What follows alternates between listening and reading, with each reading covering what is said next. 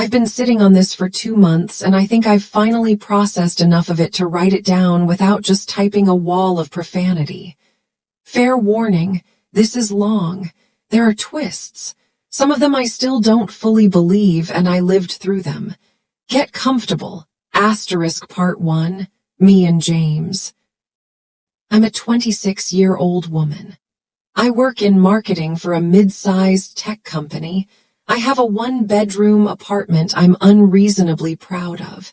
And until 2 months ago, I had a boyfriend named James, who I was pretty sure I was going to spend my life with. I want to tell you about James first, before I tell you what he did, because I think it's important that you understand why this hit as hard as it did.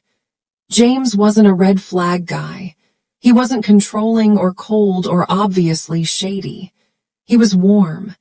He was funny in this dry, quiet way that took a while to click, but once it clicked, you found yourself laughing at things you didn't expect to laugh at. He cooked. He actually cooked, not performatively, not to impress, but because he genuinely liked it. He'd text me pictures of things he was making.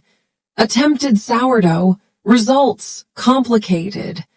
That was a real text he sent me. I still have it.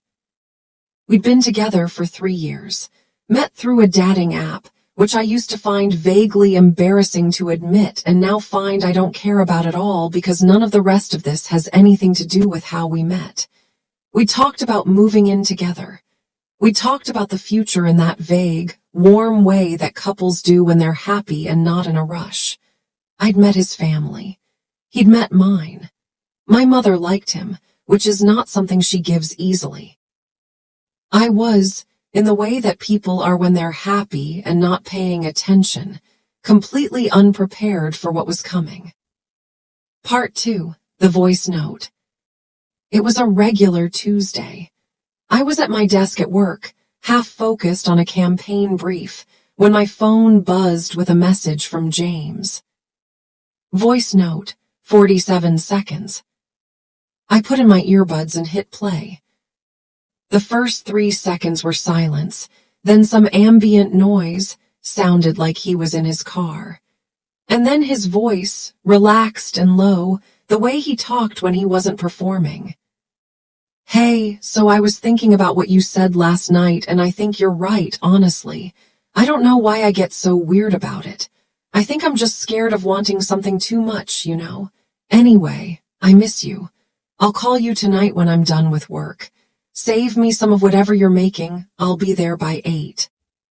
And then it ended. I sat very still. I played it again. And then I sat some more, because here is the thing. James and I had not spoken the night before. James and I had not had a conversation about him getting weird about wanting something. James had not told me he missed me, or that he'd call me, or that he'd be somewhere by 8.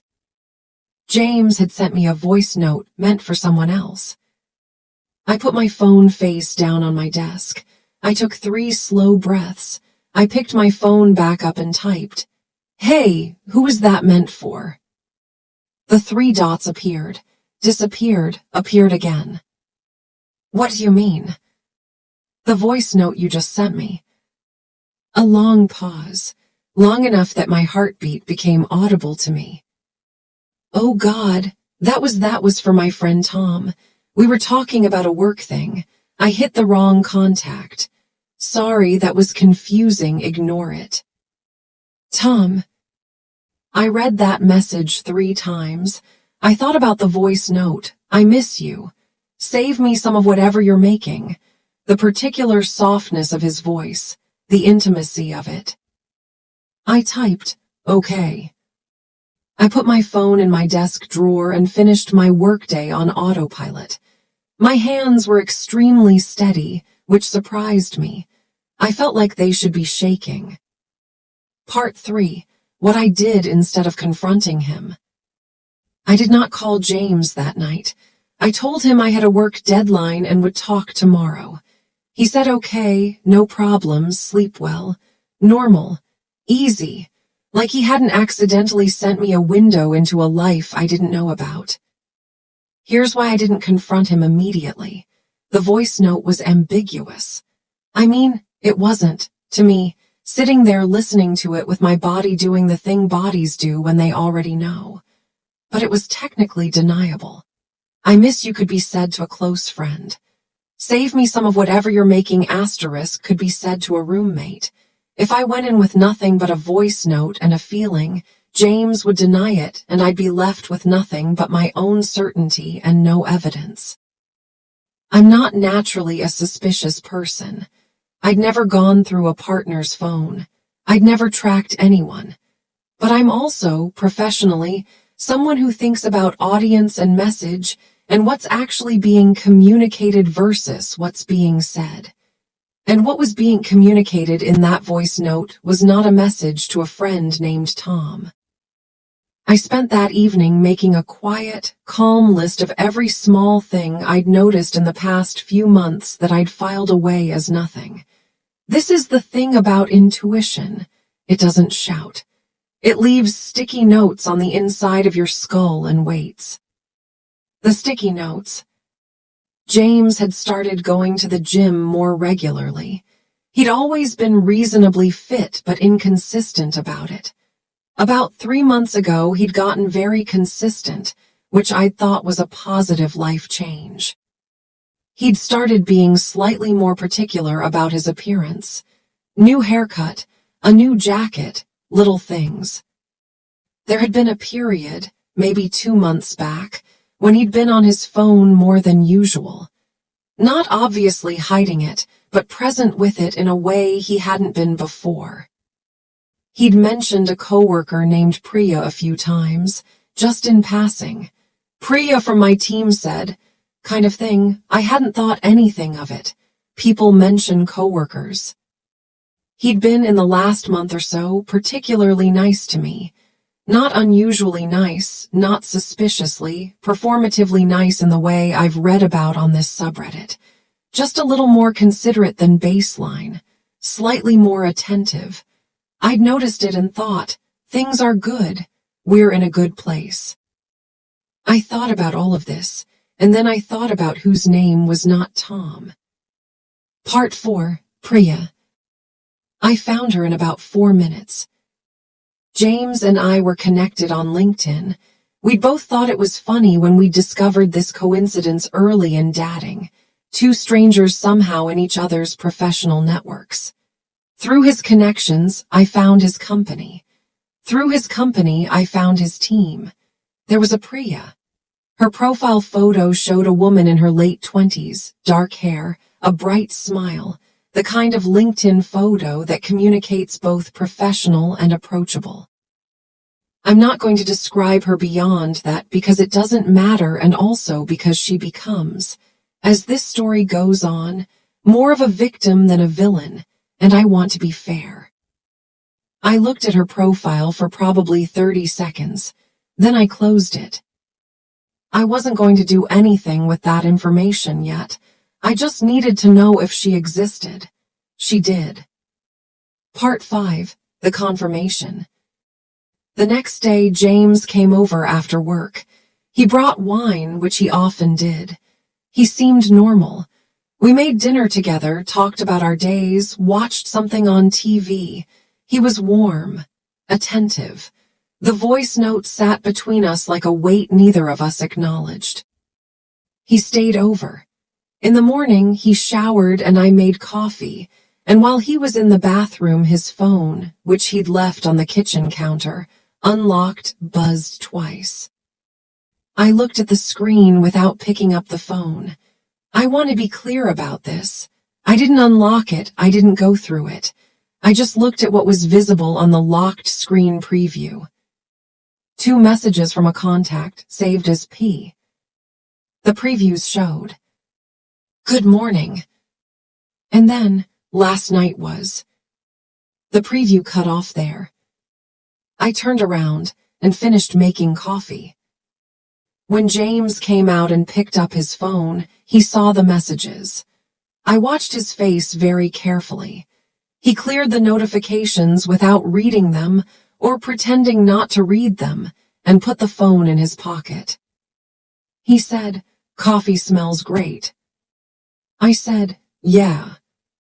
He left for work 20 minutes later. I waited until his car was gone, then I sat at my kitchen table and thought about what I wanted to do. Part 6. My best friend Kezia. Kezia has been my best friend since sophomore year of college. She is pragmatic, direct, intensely loyal, and occasionally frightening in her competence. She's the kind of person who, when presented with a problem, immediately starts solving it rather than processing feelings about it, which is sometimes exactly what you need. I called her that morning and told her everything. The voice note, the Priya on LinkedIn, the P on his phone. The last night was... Kezia was quiet for about 5 seconds. Then she said, "Okay, what do you want to do?" I said, "I want to know for certain before I say anything." She said, "That's smart, what do you need?" I said I didn't know. She said she had an idea and asked if I trusted her. I said yes, obviously. She said give her 24 hours. Kezia works in data analytics. She has, over the years, demonstrated a facility with information gathering that I've always found both impressive and mildly alarming. I did not ask her exactly what she was going to do. I trusted her, and I gave her 24 hours. Part 7. What Kezia found. Kezia called me the next evening. She had found, through methods I'll describe as creative cross-referencing of publicly available information, that James and Priya had both attended the same industry conference 6 months ago. This was not surprising. They worked at the same company. What was interesting was that they'd both posted on social media from the same city on the same weekend, a city that was not where James's company was headquartered, and was not a city James had mentioned going to. She had also found, and I want to be careful about how I describe this, because I don't want to imply anything legally questionable, that a social media account Priya maintained under a slightly different name, primarily for a photography hobby, had in the past 3 months posted several photos of meals that were identifiably cooked in a kitchen that was identifiably James's kitchen. The backsplash, the particular lamp in the corner, the window. I knew that kitchen. I'd been in it 100 times. Kezia read me the account name. I found the photos. I sat on my bed and looked at pictures of food that James had cooked, the food in the kitchen where I'd eaten dinner with him dozens of times, the kitchen I'd thought of as familiar and safe, posted by a woman whose name was saved in his phone as P. She had a caption on one of them, a little herb and lemon pasta he made that I'd always loved. She'd captioned it, "Homemade by my favorite chef." My favorite chef. Part 8, the part where it gets worse. I want to take a breath here, narratively, because what comes next is the part that still makes me feel like the floor has dropped out. I confronted James 2 days later, but before I tell you about that confrontation, I need to tell you what I found out during it, because the cheating, as awful as it was, turned out to not be the whole story. Not even close. I'd asked him to come over. He arrived at 7, same as always, no wine this time because I'd told him I was tired and we'd just hang out. He sat on my couch. I sat across from him. I had my phone in my hand with the voice note ready to play. I said, "I need you to tell me about Priya." He went still. Not the same stillness as Noah in the first story, not a calculating stillness. This was the stillness of someone who has been caught completely off guard and is experiencing something close to physical shock. He said, "How do you?" I played the voice note. He closed his eyes. I showed him the photos from her account. He put his head in his hands. And then he said something I had not expected. He said, Rachel, I need to tell you something, and I need you to not say anything until I'm done. I said, my name is not Rachel. He looked up. I said, my name is Zoe, start talking. Part 9, what he said. Here is what James told me, in my living room, over the course of about 2 hours. He had met Priya at work 8 months ago, not 6. The conference Kezia had found was not the beginning. It was the point at which what had been an emotional affair became a physical one. The thing he hadn't told me, the thing I didn't see coming, was that Priya did not know about me. Let me say that again, because I needed to say it twice to myself before I believed it. Priya did not know about me, not because James had hidden his relationship status from her, but because James had told her he was single. He had constructed, across 8 months, a version of his life in which I did not exist. He went to her apartment. He cooked for her in his kitchen, which she apparently visited frequently. He had introduced her to at least 2 of his friends as his girlfriend. His girlfriend. I was, according to the life he was living with Priya, no one. I did not exist. 3 years of my life had been, to at least one other person in the world, entirely invisible. I sat very quietly through all of this. I'm honestly not sure what was happening in my face. James was crying by the time he got to this part. He said he hadn't planned it. He said it had started as a crush, then a friendship, then something more, and he hadn't known how to stop it. And the longer it went on, the more impossible stopping became. And he'd told himself he was going to end one thing or the other, and he'd kept not doing it. He said he loved me. He said he didn't want to lose me. I said, does she know you're here? He said no. I said, does she know you have a girlfriend? He said, not yet. I said, James, I need you to leave my apartment. He asked if we could talk more. I said there wasn't anything more for him to say tonight.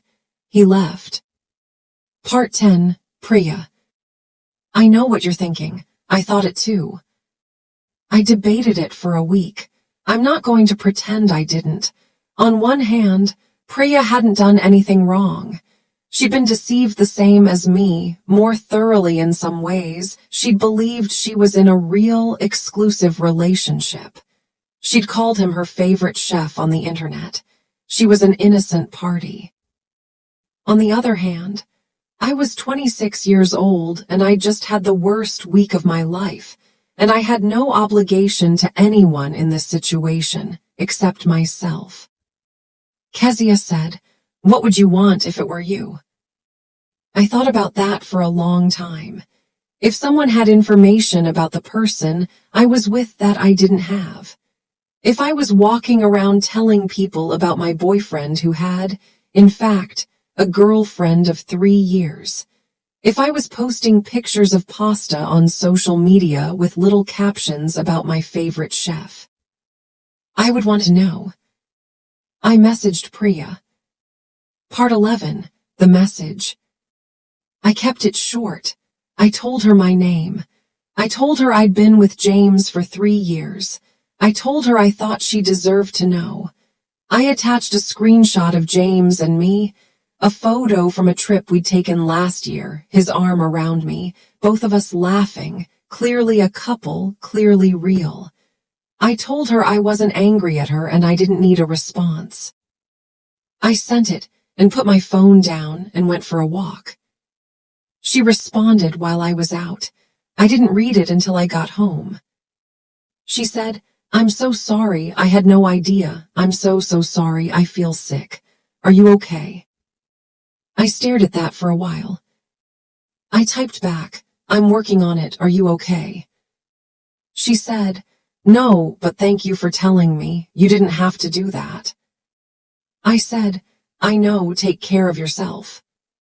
That was it. We didn't talk again after that.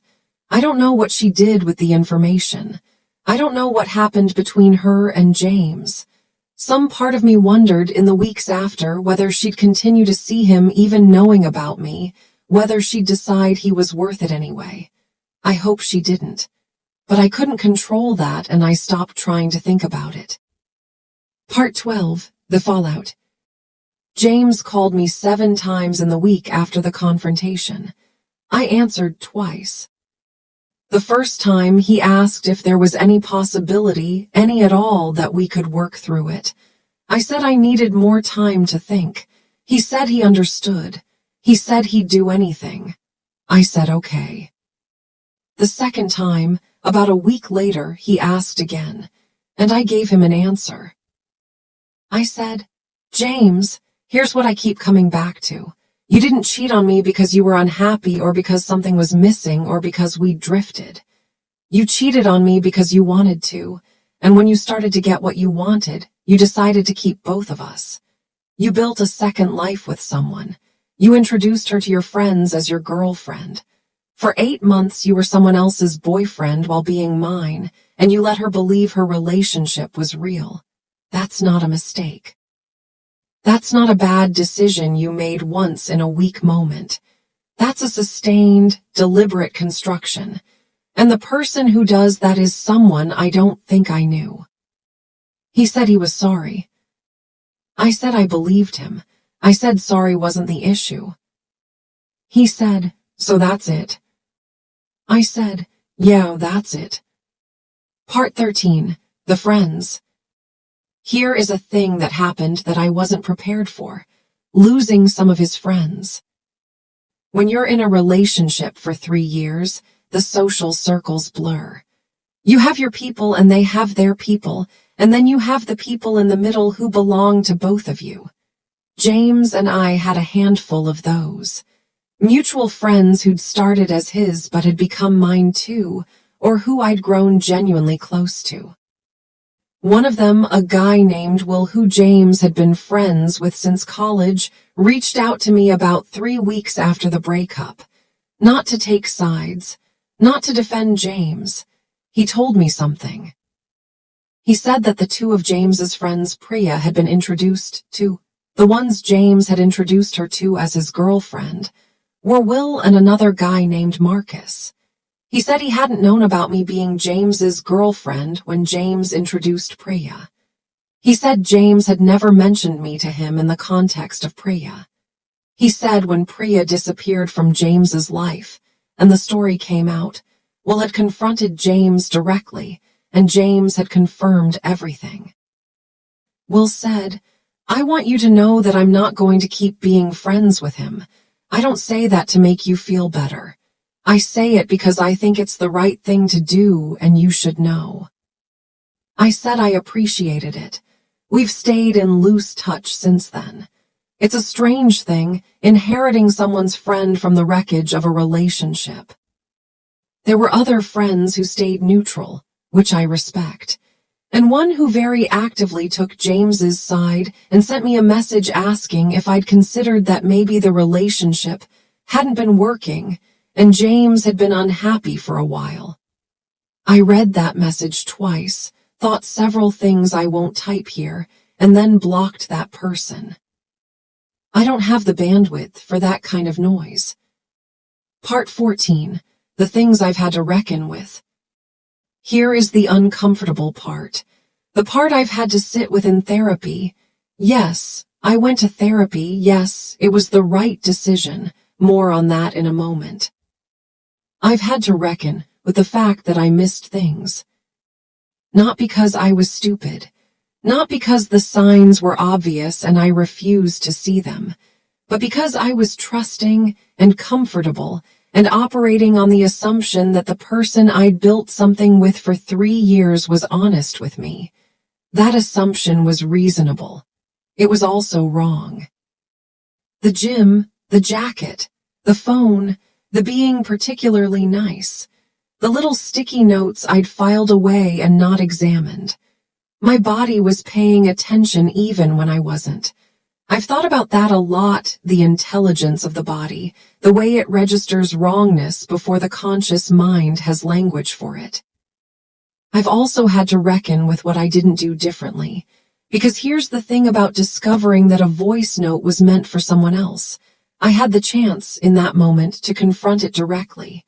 I could have called him immediately and said, "That voice note, explain it right now." Instead, I said, "Okay," and I put my phone in my desk drawer. I spent 3 weeks gathering evidence before I sat him down. I understand why I did that. I wanted to be certain. I wanted to not be dismissed or gaslit, and those were legitimate reasons. But I've thought about what those 3 weeks cost me, whether I'd have processed it differently if I'd acted on the first day. Whether there's a version of this story where I skip the evidence gathering and just trust my own ears and have the conversation sooner. I don't think I'd do it differently, honestly, but I've thought about it. Part 15, Therapy. I want to talk about therapy because I think the way people discuss it, especially in this kind of story, often makes it sound like a magic fix. Like you go to therapy and you process your feelings, and then you're healed and you ride off into the sunset. That's not how it works. My therapist is a woman named Dr. Anand. She's in her 50s, has a very calm voice, and does not let me get away with anything. She will not let me catastrophize, which I'm prone to. She will not let me make James into a monster, which would be easier. She will not let me decide that love is impossible and I should move to a mountain and be alone forever, which is the conclusion my brain kept reaching in the first 2 months. What she does do is help me understand why I made the choices I made, why I said okay and put my phone in a drawer, why the 3 years felt so real even now, why I messaged Priya, why I answered James's calls at all when I could have simply not. The answer to all of those questions is some variation of, I'm a person who believes in accountability, fairness, and the value of knowing the truth, even when the truth is terrible. Even when the full picture includes a version of me that trusted too easily or too long. She also helped me see that trusting too easily is not a character flaw. It's a function of having been, mostly, in relationships that warranted trust. The fact that this one turned out not to is James's failure, not mine. I'm working on believing that. Most days I mostly do. Part 16. What I know about James now. I know some things now that I didn't know in the immediate aftermath, because information trickled in through the weeks following. Will told me some. Other mutual connections told me a little.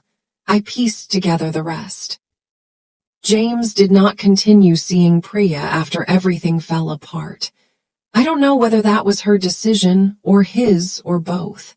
He moved apartments about 6 weeks after our breakup, not far, just to a different part of the city. The kind of move that says I need a different set of walls more than it says anything logistical.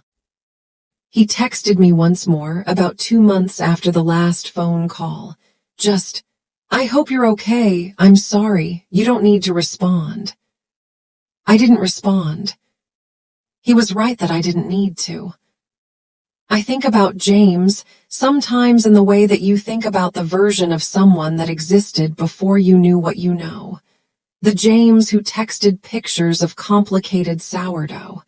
The James who remembered my coffee order after 2 dates. That James existed. He was real. He was also not the whole person, and the part that was missing was a part I needed to know about. That's the thing about people. They show you what they want to show you, mostly, and most of the time that's enough. But sometimes it isn't, and finding out what's underneath is not something you get to prepare for. Part 17, 6 months later. Let me tell you where I am.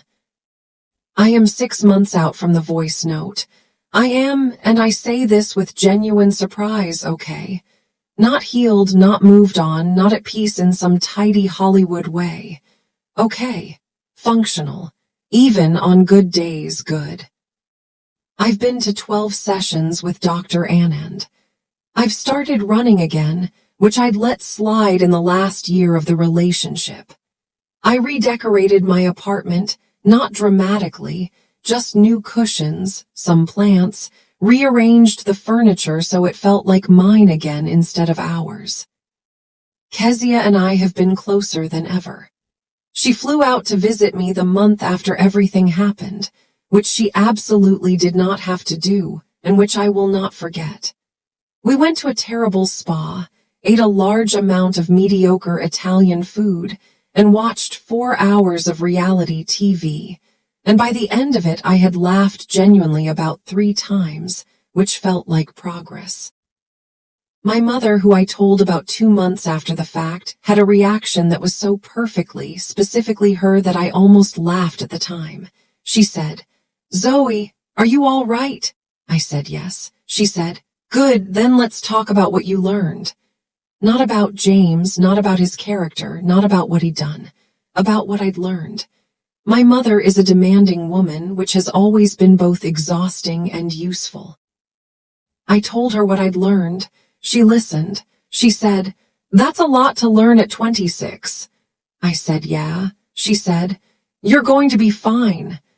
She said it in the way she says things she's certain of, which is a tone I've known my whole life and still find steadying. I'm going to be fine. Part 18.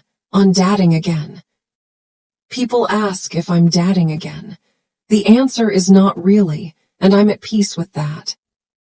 I went on 2 dates in the 4th month after the breakup, mostly because Kezia gently suggested that getting out of my apartment and talking to other humans might be useful. One date was pleasant and uneventful. One date was very bad in a way that had nothing to do with James and everything to do with the guy's personality, which was approximately the density of particle board. I'm not avoiding dating. I'm just not chasing it. I'm 26. I have time.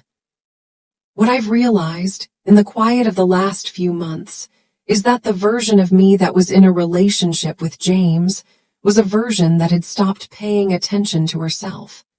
I'd gotten comfortable, and I'd let a lot of my own interests and friendships go slightly soft around the edges. I'd made James and the relationship my primary project in a way that felt natural at the time and looks, from here, like a mistake. I've been paying attention to myself again, to what I like and what I want and who I am when I'm not organizing my life around another person. It's good. It's been unexpectedly good. I'm not saying don't fall in love. I'm saying know who you are before you do. Part 19. On the voice note. I deleted it about 3 months ago. I'd kept it longer than was probably healthy. I listened to it a few times in the weeks after everything happened, not because it felt good, but because it was somehow the most real piece of the whole thing. 47 seconds of James being honest, not with me, but honest, unguarded, real. When I finally deleted it, I felt nothing mostly, which I think meant it was time. I do think about it sometimes, the randomness of it.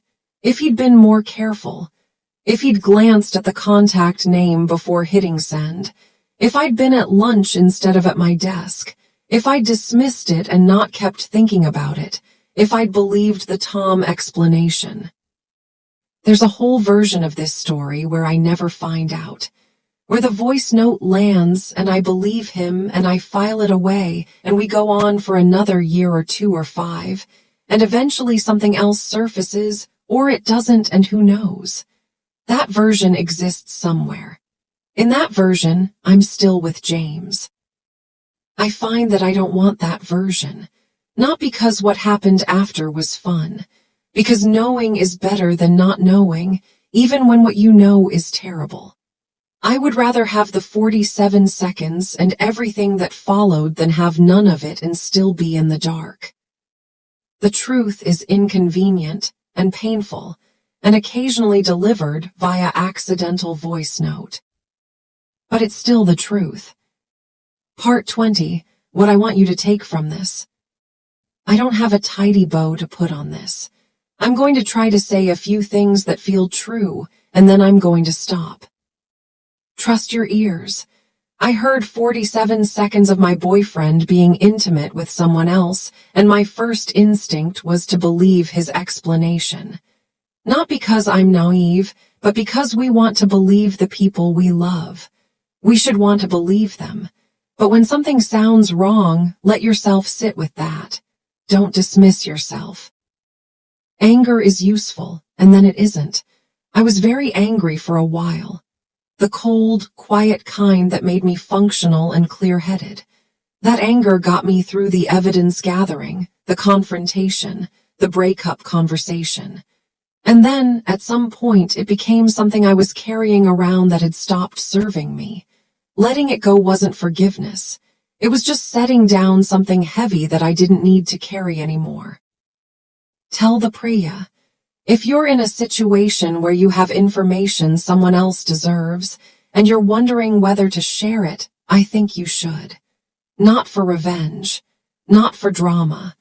Because if it were you, you'd want to know. Treat people the way you'd want to be treated even when they're inadvertent participants in someone else's lie. Your best friend is everything. Kezia answered the phone at 7 a.m. and came through for me in ways I won't forget. Whoever your Kezia is, keep them. Tell them everything. Let them help you. You will be okay. I know that sounds hollow right now if you're in the middle of it. I know it sounds like something you say to a person who is drowning. But I'm 6 months out and I'm okay. Not fixed. Not the same. Okay. Which is more than I thought I'd get in the first week. That's it. That's the whole thing. Thanks for reading. I'm going to go make pasta. End of story.